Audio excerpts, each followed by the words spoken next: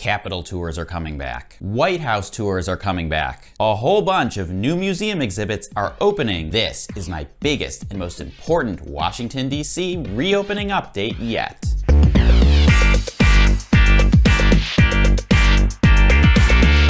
Let's go ahead and start with a Peak Bloom update. Peak Bloom is over. So unfortunately, by the time you're watching this video, the tidal basin no longer looks like this. Here's what this spot looked like yesterday, April 2nd. We hit peak bloom this year 10 days before the average date. However, the official National Cherry Blossom Festival events are all still happening through April 17th. And even if you missed the peak, I posted a virtual tour around the tidal basin this year. So check out the video description for the link if you want to watch and enjoy. Now, let's go through some COVID updates. Most COVID travel rules have ended, but there are still some important caveats to know about. First, when do you have to wear a mask? The mask mandate in Washington, D.C. ended on March 1st, which means that businesses no longer have to require them. However, individual businesses may still choose to require them, and some of them still are. Masks are also still required on public transportation, at least through April 18th. If you're coming after April 18th,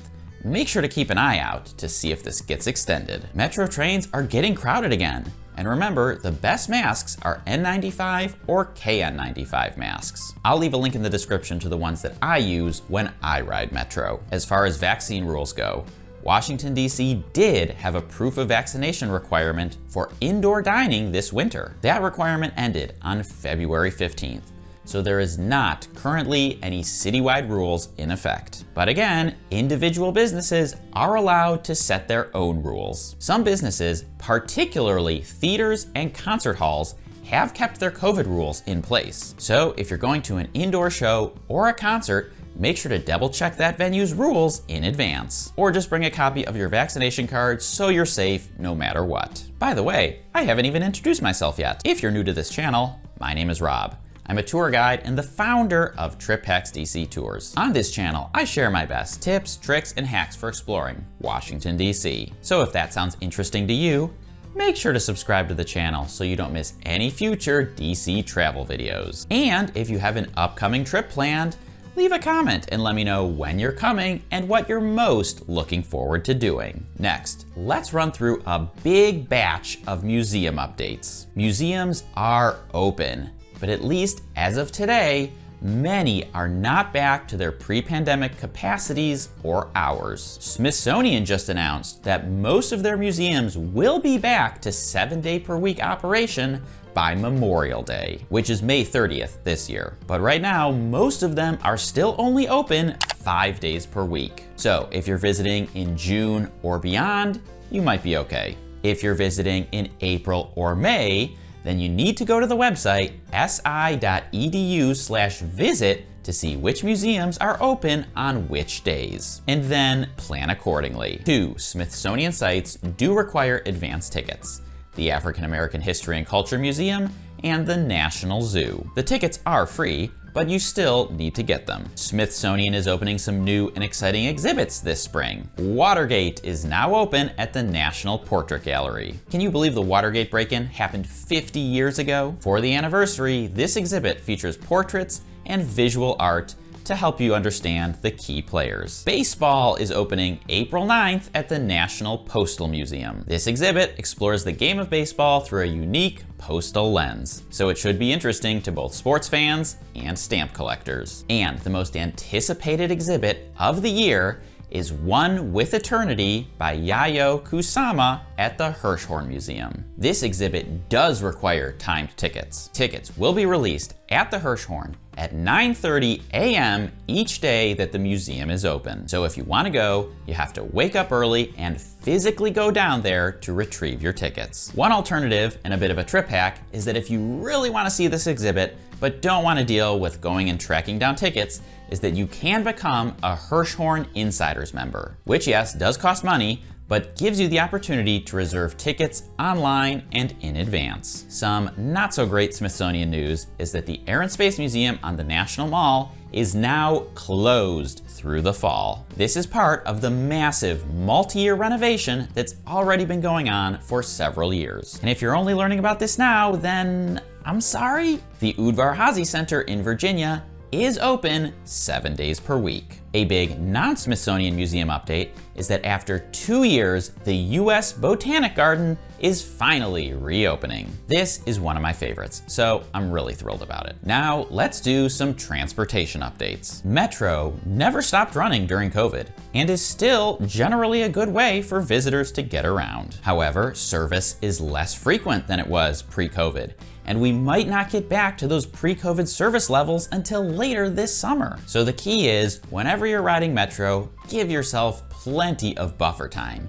so you don't arrive late to wherever you're going. And anecdotally, I've noticed quite a few visitors lately struggling and overwhelmed trying to use Metro. So if you're visiting or know someone who is, make sure to send them my Metro Beginner's Guide or my do's and don'ts video for riding Metro, so that everybody knows exactly what they're doing. Water taxi is also back for the season, but like last year, not operating 7 days per week. During Cherry Blossom Festival dates, it's running 6 days per week, every day except Tuesday. And then for the rest of April and May, it goes down to 5 day per week operation, every day except Monday and Tuesday. So make sure to plan around that if you want to ride. And as a reminder, I personally think the best way of getting around DC, if you are physically able, is with your own 2 feet. Now let's do a big lightning round of DC travel updates. TripHacks DC tours are back. Both private tours with me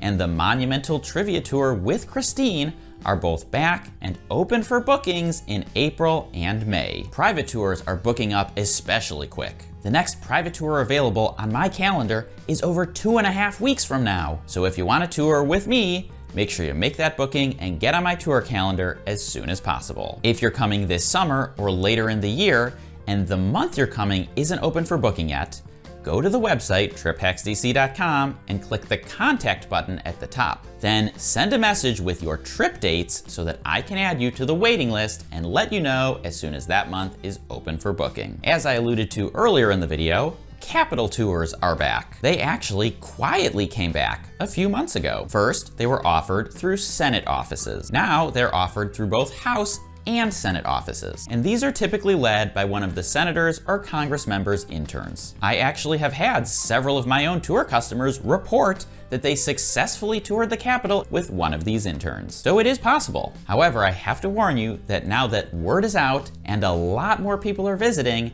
I wouldn't necessarily expect to get one. As far as the Capitol Visitor Center goes, the plan is to reopen it to a limited number of visitors starting on May 30th. And then a full reopening at a future date, TBD. So if you're coming later this summer, you might have better luck. Similarly, the White House announced that tours are coming back. They will resume on Friday, April 15th, and then will be offered on Friday and Saturday mornings going forward. Requests for these must be made through a congressional office. And again, 2 mornings per week is still extremely limited, so I wouldn't necessarily count on getting one of these. And if you are an international visitor, I wouldn't even bother, to be completely honest. The White House Visitor Center across the street is still a relatively good alternative. The old Post Office Tower, my personal favorite view of DC, may be reopening soon. The National Park Service recently tweeted that they are just waiting on the General Services Administration to give them the green light. So it's anyone's guess as to when that's going to be. 8th grade field trips, whether you love them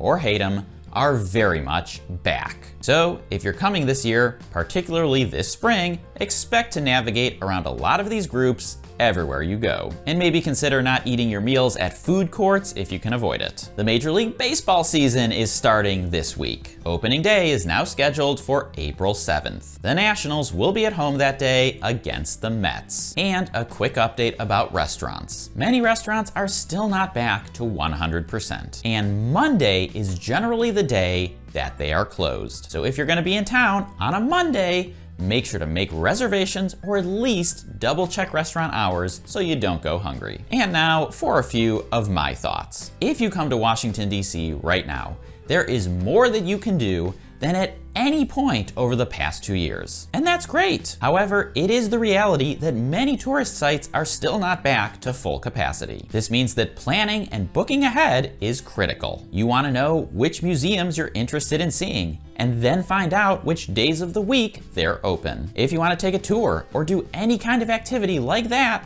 you want to book it in advance. And if you've been to DC in the past, some of your favorites from a previous trip may no longer be around. A fairly significant number of tour companies in DC did not survive COVID, and many people who used to work in this industry decided not to come back. I'm working on an entire video on this topic, so stay tuned. But in the meantime, the gist of it is, if you're traveling this year, you're likely to find fewer choices, less availability, and higher prices. That's frustrating, but it is the reality of the world we live in since COVID. So the more you can plan ahead, the better your experience will be. And if you're planning a trip this year, what's your strategy? Leave a comment down there, as I'd love to know what you're thinking. And hey, if you made it all the way to the end, then I highly recommend another Trip Hacks DC video. And if you want to sign up for one of those Trip Hacks DC guided tours, you can click or tap on the Capitol Dome on the left side of my head. That'll send you right over to triphacksdc.com, where you can see all of the tours that we offer. Enjoy your trip.